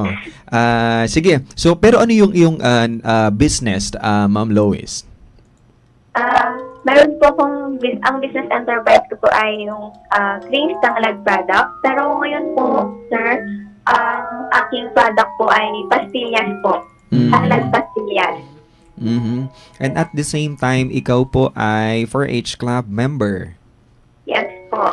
Wow, parang napakasipag. Pero ikaw ay nag-aaral pa, ma'am, o ikaw ay graduate na nagtatrabaho? Graduate lang po, nagtatrabaho po ako sa Municipal Agriculture Office sa LGU Batangas po. O, sakto din pala, no? So, maliban sa ikaw ay nagdinegosyo at ikaw ay nakakatulong din sa mga kapwa mo, no? Na mga magsasaka din or agripreneurs. Tamang-tama po yan. Pero ito, para sa susunod po natin na katanungan na base doon sa atin pong pinaka-main topic ngayong araw na ito, at bilang isang TOT graduate ng DFP, ay paano mo agad ginamit ang kaalamang ito para tulungan yung ating mga magsasaka, lalo especially sa inyong lugar? Bahagi po kasi nung training po namin yung re-entry plan at para po maisagawa ito, isinabay na po namin ito sa ginagawa po namin Farmer Field School sa Barangay Taugtog po at Barangay San Isidro sa ating bayan po. Yung, para mabigyan po ng kaalaman yung ating mga magsasaka, pinaglalaanan po namin sila ng araw at oras para maituro po namin kung ano po yung mga natutunan namin sa training po. Okay, ano naman po ang nakikita mong challenges sa pagpapakilala ng digital farming sa mga nakakatanda na magsasaka? Sa tingin ko po, para po sa ating matatandang magsasaka, mahirap po talagang i-adapt yung mga digital tools na amin pong binabahagi. Dahil hindi naman po sila ganun ka-teki, kumbaga yung magaling po talaga sa technology, kumpara po sa mga mas bata po sa edad ng mga magsasaka. At hindi rin po kasi lahat ay marunong gumamit ng smartphone at hindi rin po lahat meron pong smartphone. Paano po ba nakatulong yung TOT sa iyo para maging mas epektibo kang extension worker? Sa tulong po ng Agricultural Training Institute, nakatulong po yung training of trainer sa akin bilang extension worker sa pamamagitan po na pagbibigay ng kaalaman at kasanayan sa pagtuturo po kasi tinuruan po kami ng facilitation skills, kaya po ng paggamit ng iba't ibang teaching methodologies. Tinuruan po kami ng epektibong paggamit ng visual aids at paghandle ng grupo, lalo na po kung may mga magkakaibang opinion. At sa TOT rin po, natutunan ko rin na hindi lang yung technical content, kundi pati na rin ang tamang paraan ng pagtuturo at pakikipag-ugnayan po sa ating mga kalahok. At dahil po sa pagsasanay na yon, naging mas kumpiyansa po ako sa pagharap sa grupo, lalo na po kung kailangan po talaga magsalita sa harap ng maraming tao. At isa pa po, nakakilala rin po ako ng iba pang mga trainers mula sa iba't ibang lugar o ahensya. At ito po ay nakatulong para mas makapagbahagi po ng best practices, makapuha ng support system at pwede pa pong magkaroon ng collaborative projects po. Sige, thank you. Pero parang may nag-aaway na sa tabi mo, ma'am. Parang medyo lakasan pa nila para marinig din namin. Nagsasabunutan na ba? Medyo marami pong tao dito sa opisina ngayong araw. Okay, sige po. Pero by the way, no, gusto ko lang namin batiin ng maligayang National Agriculture and Fisheries Extension Services Month sa iyo, ma'am. Kasi ikaw ay extension worker, tama ba? Thank you po at Happy Agricultural Extension Month din po. Yes, so alam nyo, napakahalaga ng parte ng ating mga extension worker kasi sila yung mga tagapaghatid ng ating mga programa mula sa pamahalaan patungo sa ating mga magsasaka. Sila yung pinakapagod din, no? Nasa pinakailalim, no, na talagang inaabot yung ating mga magsasaka upang matulungan natin sila. Nako, Miss Louise, saludo po Yes. kami sa inyong serbisyo. Pagpatuloy niyo yan. Yan, so sila yung nag-extend ng ating mga programa sa ating mga magsasaka. Nag-extend din ba ng oras? Madalas po. Madalas. May mga pagkakataon na sumusobra din po yung oras. Pero okay lang po kumpara naman po sa ating mga magsasaka. Correct, yan. Mabuhay kayo. Maraming salamat, Miss Correct. Louise. At ito, para po sa pagpapatuloy ng ating usapan, bilang isang partisipante, ano po yung pinaka-essential na aral na nakuha mo sa pagsasanay na ito? Bilang participante po ng DSP training, ang pinaka-essential na aral na nakuha ko ay kahalagahan po ng paggamit ng digital tools at social media para po mas mapadali at mapahusay ang kabuhayan ng mga magsasaka. Natutunan ko po na hindi lamang ito para sa komunikasyon, kundi malaking tulong din ito para po sa pag-access ng tamang impormasyon, sa pag-monitor po ng presyo sa ating merkado at mabilis na pagbebenta po ng ating mga produkto online. At bukod po doon, nakita ko rin na mahalaga ang pagtutulungan ng mga kabataan at nakakatanda para po mas maging digital ready ang ating pong komunidad. Sige po. At bilang isang extension worker, ma'am, ay paano mo direktang ipinapasa or ine-echo ang iyong mga natutunan sa TOT ng Digital Farmers Program sa inyong komunidad? Katulad po nung nabanggit ko kanina, meron po kasi kaming mga ginagawang farmer field school sa aming bayan at sa pamamagitan po no na i-re-echo po namin yung mga natutunan din po namin sa training po. Hindi na po kami mahihirapan masyado sa paghahanap ng participants dahil meron pong mga nakatalagang dumalo po dun sa FFS. At doon din po meron kaming agro-ecosystem analysis kung saan actual po namin na ituturo yung mga gamit ng mga agri-tools. At ganun din po, kasabay nun, hinihikayat po namin yung mga kabataan sa aming bayan para tumulong sa mga nakakatanda sa paggamit po ng cellphone at applications habang nagtuturo po ng mga natutunan po nila sa amin. At yun din po, natuturuan po namin sila na gumamit din po ng cellphone kasi hindi naman po nila ma-adapt yung mga agri-tools at yung mga tungkol sa digital farming kung hindi po kasi sila marunong gumamit ng cellphone. So yun po yung unang step na itinuturo po namin sa mga nakakatandang magsasaka po. Sige, thank you. Okay, bilang isang 4-H club member din, ano ang mga programang ang natanggap ng inyong grupo sa mga extension program ng ATI Central Luzon? Medyo matagal na po kasi akong hindi sa school pa po kasi ako noon naging 4-H club member. So, noon po ang naging extension program po ng ATI Central Luzon, nagkaroon po kami ng capacity building at youth camp po na ginanap po sa Iba, Zambales. Pero ano, ma'am, ikaw ay, kung iyong mamarapatin, ikaw po ba, ma'am, ay ilang taon na? Ako po ay ilan taon na ba ako?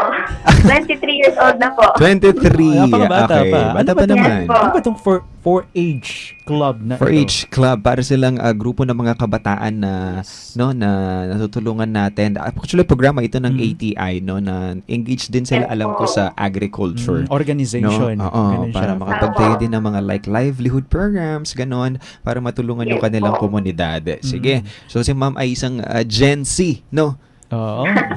So Gen Z si ma'am. So ipagpatuloy po natin yung sipag natin, no? Gen Sipag, no? ni ma'am. Gen Sipag. Sir Ernest, talagang kailangan ka namin sa programa. No? Ang dami mong termino na ikaw lang yung nakakagawa. Ano ba yan?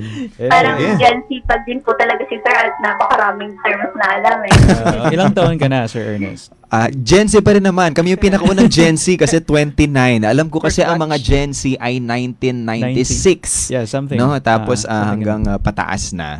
Oo. So kami yung pinakaunang Gen Z. Tapos ngayon yung parang tinatawag na Generation Alpha, yung mga napapanganak ng 2010, Gen Alpha. Anyway, napapalayo na tayo sa ating paksa. Dun sa kaugnay na usapin doon sa 4-H Club, Miss Louise, Ano po ba yung pinakamahalagang proyekto o aktibidad ng HCI na iyong sinalihan bilang 4-H member? Yan, nung ikaw ay miyembro pa ng 4-H Kung Club. naalala mo pa.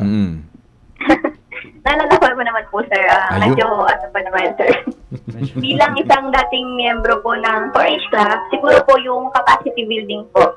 Kasi ito po yung tumulong para mahubog po yung aking leadership skills, para maging mahusay na tagapag-ayos po ng proyekto at maging huwaran po sa aming komunidad. Sa madaling sabi po, mahalaga po yung capacity building dahil ito po yung nagbukas ng mas malawak na oportunidad para sa akin at sa mga 4-H Club members po na maging mas handa, mas matatag at mas kapaki-pakinabang sa sarili ko at sa ating komunidad. At nagamit ko rin po yung mga natutunan ko noong sumali po ako ng Young Farmers Challenge na po, yung sinabi ko po sa inyo.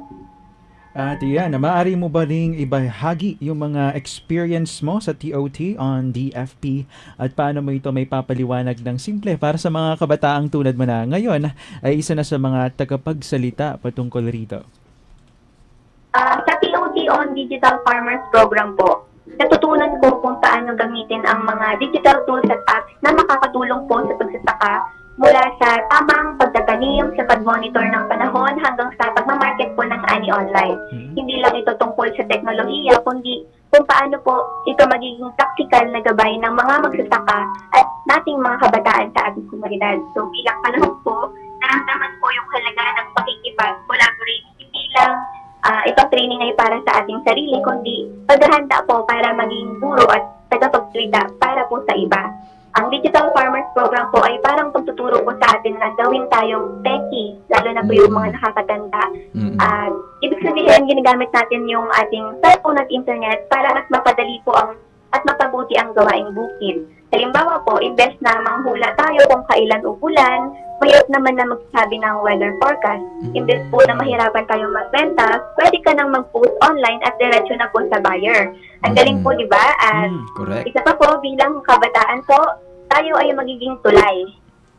Ako po, kabilang ako sa mga kabataan ngayon. Isa po ako sa tulay dahil mas mabilis po tayong matututo sa digital kapag nanguna po ang kabataan dahil ito po ay parang pagsasama ng galing ng mga kabataan at karanasan ng mga nakakatanda.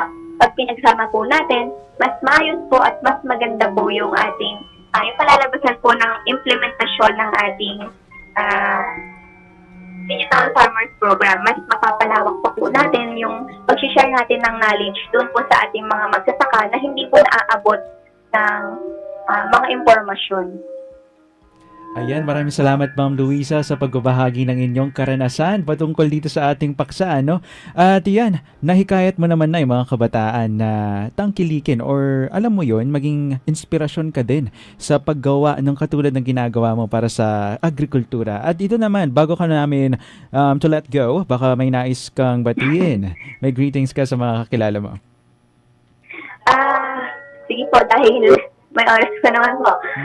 Sinusulit ko po yung pagkakataon para batiin po yung mga lahat po ng mga nasa API Central Luzon. Hello po, yung mga kumontak po sa akin. Magandang umaga po sa inyo. At ganoon din po sa mga tagapakinig at sa akin po mga katrabaho at sa aking pamilya.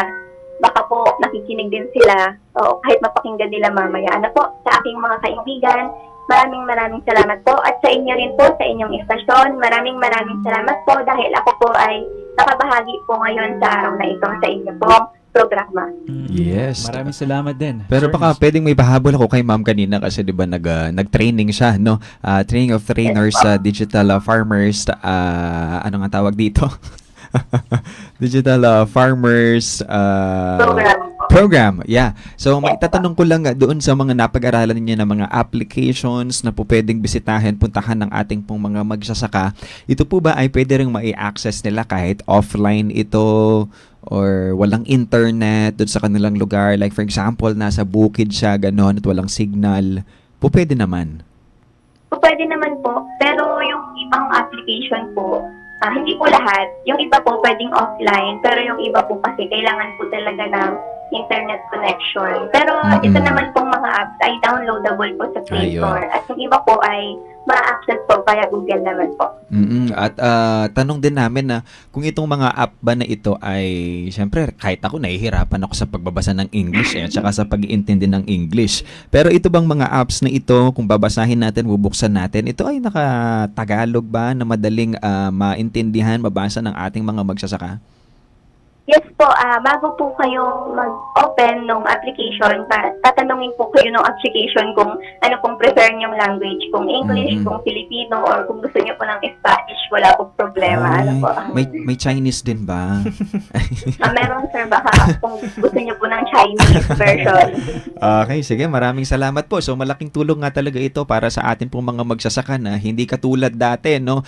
Na talagang tatawag ka muna ng technician para makatulong sa'yo, makapag-identify dun sa problema ng ating mga magsasaka. Pero ito, no? Cellphone lang ang gamit mo, isang pindot lamang, mag-research ka lang, malalaman mo na talaga, madadiagnose mo na kung ano yung pinagdadaanan o problema o sakit man ito o disease man ito o peste man ito sa inyo pong mga sa inyo pong mga taniman, sa inyong mga alaga. So napakadali na, no, na isang magandang bagay yun na talagang nakikipagsabayan tayo or sumasabay tayo dun sa modernization na nangyayari sa paligid po natin at yung digitalization na meron tayo, no, na may mga nagsisilaba sa mga ganitong klase ng apps at ipagpatuloy po ang ating Gen Sipag, no, ma'am, para marami po na marami po mga farmers po natin ang malaman po ito, matutunan po ito at magamit po nila at mapadali po yung kanila pong pagsasaka. Thank you so much. Yes, sir. Thank you so much po. Thank you po. Sa lahat po ng tagapakinig, maraming salamat po.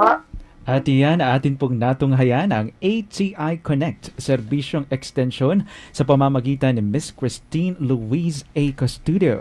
Siya po ang DOT on DFP graduate, 4-H club member, youth agripreneur, AEW Botolan Zambales. Muli, siya po si Miss Christine Louise A. Custodio. Mabuhay ka, Miss Louise. Thank you po at mabuhay din po tayong lahat. Ingat po. Ingat.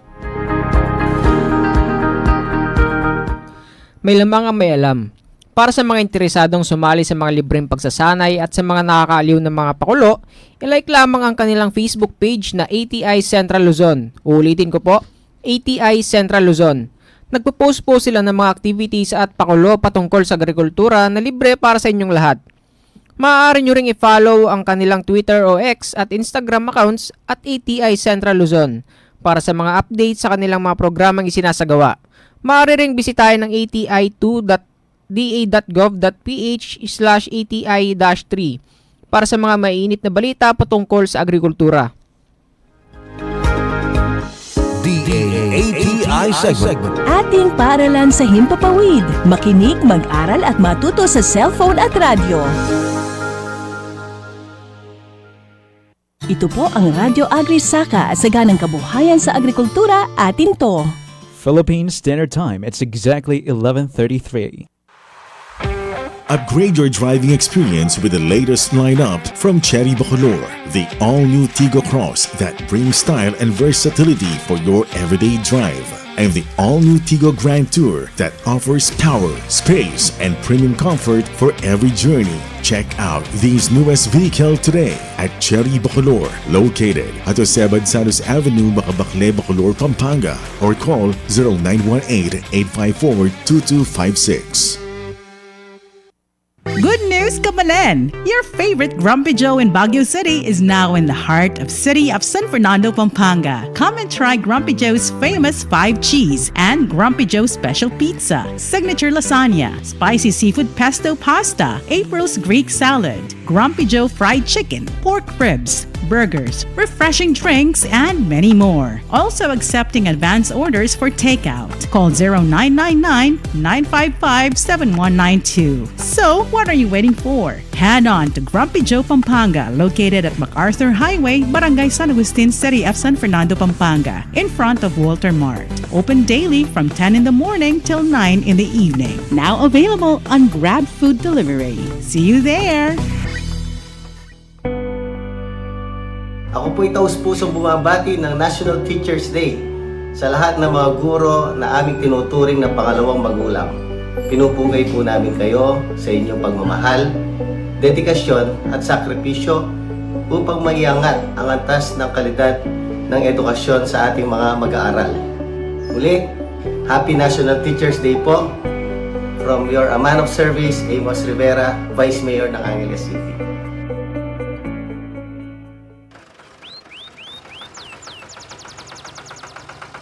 Alam mo ba, may insurance na para sa ani at kabuhayan mo. Sa tulong ng Philippine Crop Insurance Corporation o PCRC, may proteksyon na ang mga magsasaka at mangingisda laban sa sakuna, peste at iba pang panganib. Noong 2024, muling ibinalik ang PCIC sa ilalim ng Department of Agriculture para mas mabilis, mas maayos at mas angkop ang tulong sa mga nangangailangan. Gamit ang satellite technology, ang dating 60 days na claim processing ngayon ay kayang tapusin sa loob ng 10 to 20 days. Para sa detalye kung paano makasali, makipag-ugnayan sa inyong Municipal Agriculture Office o bisitahin ang opisyal na website ng PCIC.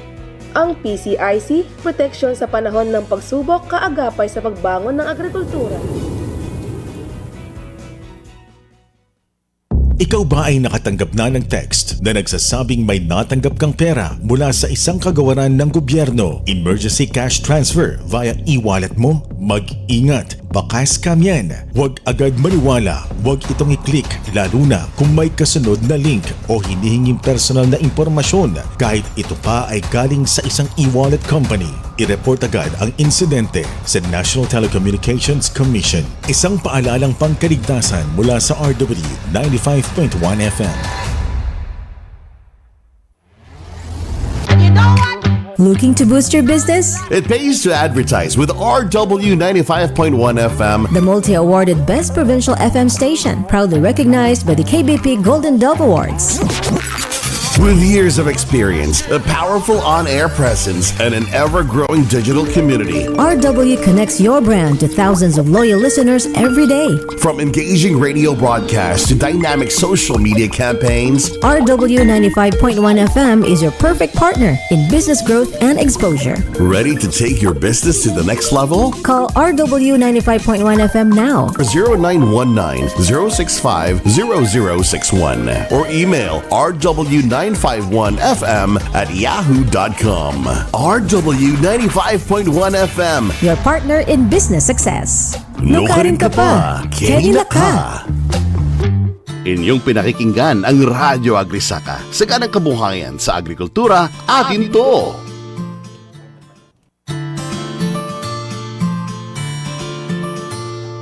Philippine Standard Time, it's exactly 11:38 on the clock. Kayo pa rin po ay nakatutok dito sa RW 95.1 FM. Ito ang programang Radyo Agrisaka. Kung mapapansin nyo sa ating Facebook Live, dumarami. Nagiging exciting kasi amoy Europa dito sa live studio ngayon. Amoy na amoy. Biglang humalimuyak dito sa ating lugar eh. Oo, na kasama natin ngayong araw na hindi lang yung tinatawag nating fashionistang reyna ng palengke sa Pilipinas. No? Dumagdag na po yung influence niya, lumawak po. Umabot na hanggang Europa. Yes. So reyna ng Europa na market na ito, no? So lumawak na po yung kanyang nasasakupan. Ayan. Yes. Parang ikaw yung hinihintay namin na sasakop sa mundo ah. Hindi naman po. Ayan. Good Good morning, Menchi. Welcome po ulit dito sa ating programa. At bago yan, no? Ma'am Menchi, kamusta ang biyahe mo sa Europa? Ay, okay siya. Madami kami napuntahan na mga market na pwede nating i-link yung ating mga local products dito. Kasama ko yung mga nasa central office natin, yung mga sa agribusiness and marketing assistance service. Yun, marami kami pinuntahang mga market na mga Pilipino, yung mga Philippine market doon sa Europe. Yes. Apat na part ng Europe ang napuntahan namin. Unang-una yung Hungary. Na kung saan may trade fair tayo na 1 week. Okay. Ganon. Tapos yung pangalawa, yung Slovakia, tapos Austria, yung Vienna, tapos pang-apat yung Croatia. Wow! Doon sa apat na yun, wala po ba kaming pasalubong, tita? Siyempre, meron. Yan! Hindi na nanggaling. Ay, akala ko tuloy, kasama din ako. Nakikibilog. Yes. Maraming salamat po sa pagpunta muli dito sa sipag ninyo, Ma'am Menchie. Saludo po kami sa inyo. Namimiss ko kasi kayo, kaya ilang linggo ko rin kayong di nakita. Mhm. Kaya ito, siyempre pinilit ko, kahit na bumabagyo sa labas, lumalakas. Grabe yung panahon ngayon, paiba-iba. Uulan mamaya, ngayon aaraw, tapos uulan muli. Kaya Malakas ng mag-ingat. hangin sa labas. Ingat po. At yan, wag na po nating patagalin pa para sa ating susunod na segment. Radio Agrisaka Price Watch. Ayan, makakapanayon po natin ang nag-iisang fashionista ng palengke at ang Chief Agribusiness and Marketing Assistance Division ng DARFO 3. Walang iba, napakilala na po natin kanina, si Ma'am Menchie Inoue. Good morning, Ma'am. Kamusta? And we're glad you're back here. Yan, maraming salamat sa sipag pa rin po na pagpunta niya dito sa ating studio. Kamusta po? Ay, mabuti po at nakapagkuha po ako ng presyo ngayon sa Talavera Public Market. Sa Nueva Ecija pa. Para lang magbigay ng update sa ating mga nakikinig ngayon. Correct. At Bigay yan, ko na po ba? ibigay niyo na po. Opo, para po sa mga nakikinig ngayon sa atin, ingat po tayo at parang may bagyong paparating. Kaya ingat po tayo. Sa bigas po natin, pinakamababa po is 30. Bumaba na po, pati palay nga po ngayon mababa eh. Ang pinakamataas po natin presyo is 42 lang per kilo. Meron din tayong 35, 37, 41, hanggang 42. Tapos pagdating po sa maisda natin, ang bangus natin nasa 300, tapos yung malalaking bangus 350 per kilo. Ang tilapia po natin nasa 150 lang ang per kilo, galunggong na local 320. Tapos yung parang imported na galunggong 290 ang kilo. Dalagang bukid na bilog 360. Yung lapad po is 300. Ang hipon natin may 480 per kilo at yung malalaking konti 500 per kilo. Ang tahong natin nasa 100 hanggang 120. Alimasag po natin 300 hanggang 350 per kilo. Ang pampano 450, ang hito 150, tapos meron din tayong pusit na native. Naku, napakamahal ng pusit na native natin ngayon, 500. Pero meron tayong yung kalawang na tinatawag, bali nasa 240 lang per kilo. Yung sapsap 380, tapos yung alumahan na pampaksiw 360 per kilo. Yung baka po natin na laman nasa 420, yung buto-buto ng baka o ribs po 380 per kilo. Ang baboy laman 380 lang ang kilo, tapos yung pata 280, yung spare ribs niya may 290, may 340. Pag 340 yung malaman na spare ribs ito. Yung pork chop natin 350, yung liampo 390 per kilo. Meron din tayong chicken, 1 kilo po is 200 hanggang 220 per kilo. Yung mga itlog po natin, ang small ay nasa 7 pesos and 50 centavos. Pagka medium po 8 pesos and 50. Tapos yung large 9 pesos. Ganon din yung extra large 9 pesos. Tapos yung jumbo na itlog nasa 10 per piece. Per piece po ito. Tapos meron tayong mga gulay na lowland. Ang palaya po na nasa 120, tapos may 150 per kilo. Ang sitaw natin 100. Tapos yung pechay na native 100 din po ang kilo. Ang squash o kalabasa nasa 60 pesos. Ang eggplant natin 120, ang kamatis 100, sili panigang 80 pesos, ang okra po natin 90, ang patola 40 per kilo.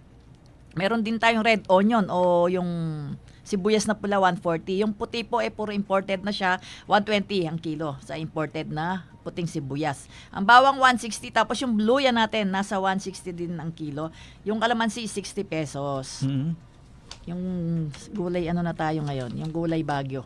Pag, yung mga galing Baguio po natin, ang repolyo nasa 90 lang ang kilo. Ang carrots natin 190 hanggang, tapos may 210 din tayo magandang klase. Ang Baguio beans 100, ang patatas 100 din. Yung pechay Baguio natin 90 pesos, sayote 55. Ang repolyo na yung kanina po kasi yung repolyo yung medyo magandang klase, yung scorpio na tinatawag. Tapos may repolyo din tayo na 80 lang ang kilo. Ang cauliflower 160, tapos meron din po tayong broccoli 180. Tapos yung celery 150, bell pepper 350 per kilo. Ang lettuce po natin pare-pares ang presyo, lettuce green ice o romaine o iceberg nasa 200 lang per kilo po. Tapos meron din tayong yung sugar po natin refined. Sugar yung puti 75 tsaka 80. Sugar wash 73, tapos yung brown sugar natin 68. Sa cooking oil po, palm oil 1 liter 80 lang po per liter. Nakabattle yon. Tapos yung cooking oil na coconut po natin, yung 1 liter po 150 per bottle. Ito po yung update sa presyuhan sa Talavera Public Market sa Nueva Ecija. Ayan, maraming salamat po sa price update ninyo, Ma'am Menchi. At baka may update po kayo patungkol sa kadiwa. Ay, tuloy-tuloy ang kadiwa natin, lalo na yung P20.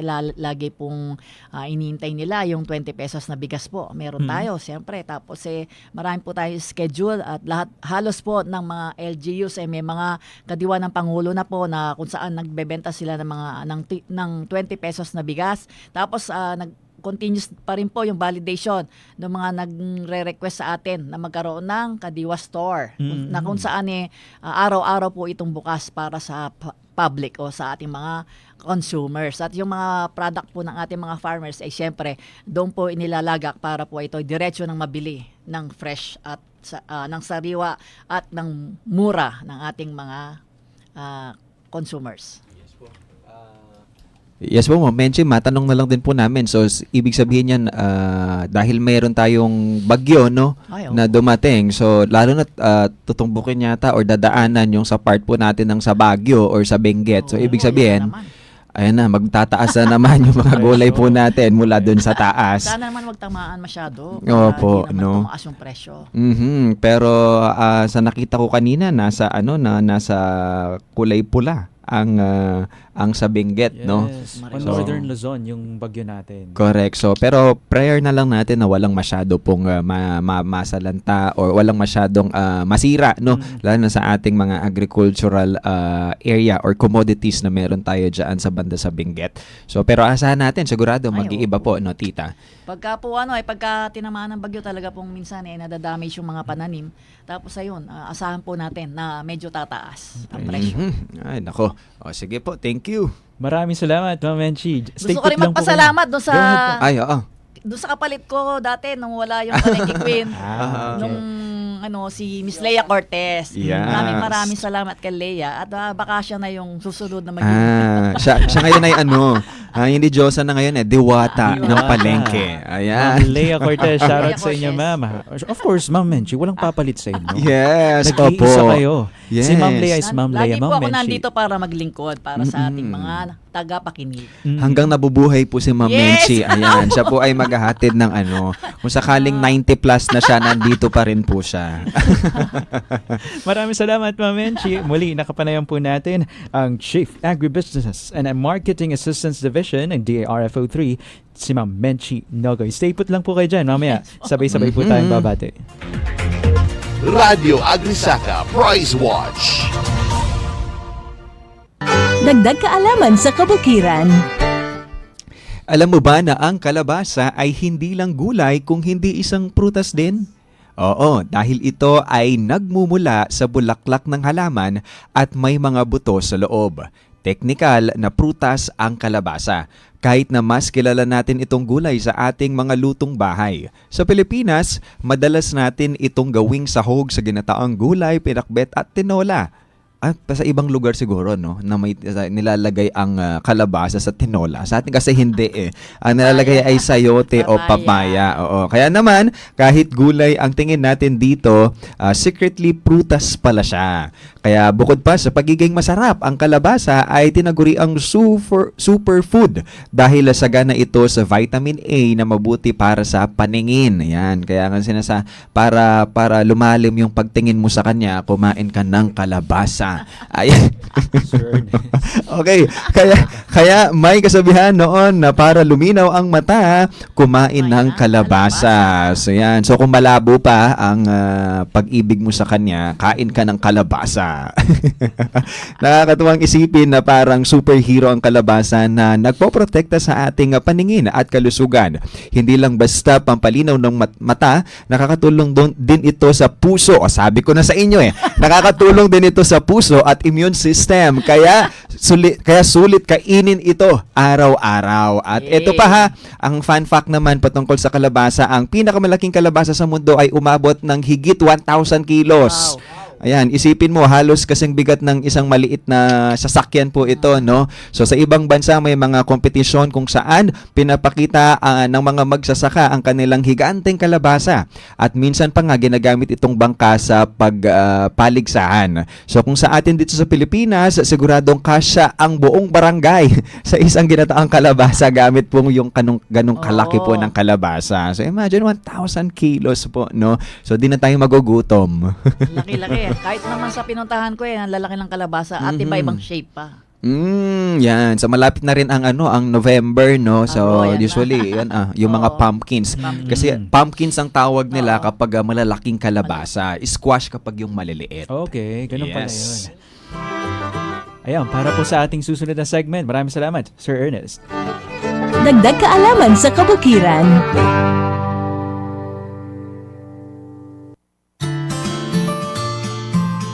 Check your time. It's exactly 11:51 on the clock. At dyan na po tayo nagtatapos sa programang ito. By the way, maraming salamat muli sa ating mga nakasama dito sa palatuntunan. Pabatiin na natin sila isa-isa. Unahin na po natin, ladies first, of course, ang Chief Agribusiness and Marketing Assistance Division ng DARFO3, Ma'am Menchi Nogoy. Siyempre, unang-una ko pong babatiin lahat po ng nasa public market. Yung mga nagtitinda doon, mag-iingat po kayo. At siyempre, ang aking pilot, si Ed Lee, laging nandyan para suportahan ang ating pagpunta sa iba't ibang palengke. At shout out po sa mga taga San Miguel Corporation at yung mga nandyan sa may Walter Mart na tsaka siyempre yung mga taga Agribusiness and Marketing Assistance Division na busy palagi. Salamat sa inyong suporta at ang aking mga apo, si Kyrie at si Carlin Cassidy. Yon, hello. At yan, pabatiin din po natin, walang iba kundi ang Technical Staff Regional Agriculture and Fisheries Information Section ng DARFO3 na si Sir Dexter Ryzen Dumol. Ayan, sana nalabas na ni Sir Dexter yung... Yes po, nalabas ko na. Bumelo na po ako. Binabati ko po ang aking nanay at ang aking kapatid na si Juvie Dumol at si Daphne Dumol. Ganun na rin si Nika Agustin at binabati ko rin po ang mga kasamaan ko sa GC ni Ding Dong, si George Daniel Praga, Rolly Sobredo, CJ Gamboa, Ralph Gamboa, Ivan Joshua, at si Romy De Vera na nasa Manila ngayon. Good luck sa inyo dyan. Stay safe po sa inyong lahat. Thank you. And last but not the least, ang Public Relations Officer 2 ng Regional Agriculture and Fisheries Information Section ng DARFO3, Sir Ernest Payawal.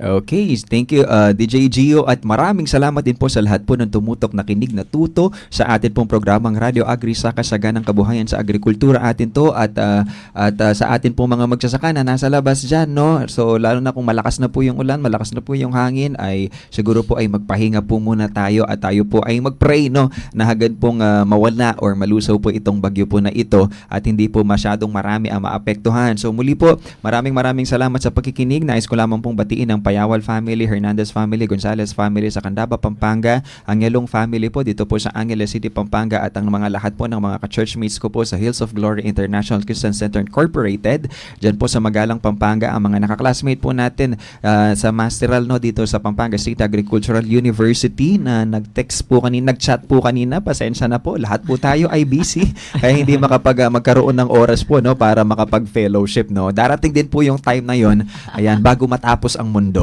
Okay po. So maraming salamat pong muli sa lahat po ng tumutok sa atin pong programa. Ayan, maraming salamat po at maraming salamat din sa ating technical department na si Engineer Gabriel Galang and of course, isa pa po natin kasamahan na si Engineer JC na naka-duty po ngayon sa DAU. At yan, dyan na po tayo nagtatapos. Isang makabuluhang kwentuhan na naman ang ating napag-usapan kasama ang Department of Agriculture Region 3. Sana ay marami po kayong natutunan at nadagdagan ng kaalaman na magagamit ninyo sa inyong kabuhayan at pang-araw-araw na pamumuhay. Maraming salamat po sa ating mga panauhin mula sa DARFO3 sa pagbabahagi ng oras at impormasyon at syempre sa lahat ng ating masugid na tagapakinig dito sa Central Luzon, buong bansa at kahit saan man pong mundo yan. Saan mundo? Yan ang kabuuan ng ating episode ngayong araw. Salamat sa inyong pagkinig at sama-sama ulit tayo sa susunod na episode nitong programang Radyo Agri Saka. Ang mga kuro-kuro na inyong napakinggan ay tanging opinyon po lamang ng mga panauhing tagapagsalita at hindi sa pamunuan ng himpilang ito. Maraming salamat po sa inyong pagsubaybay. Inyong pinakikinggan ang Radyo Agrisaka. Saganang kabuhayan sa agrikultura, atin to! Narito po ang balita mula sa RW 95.1 FM.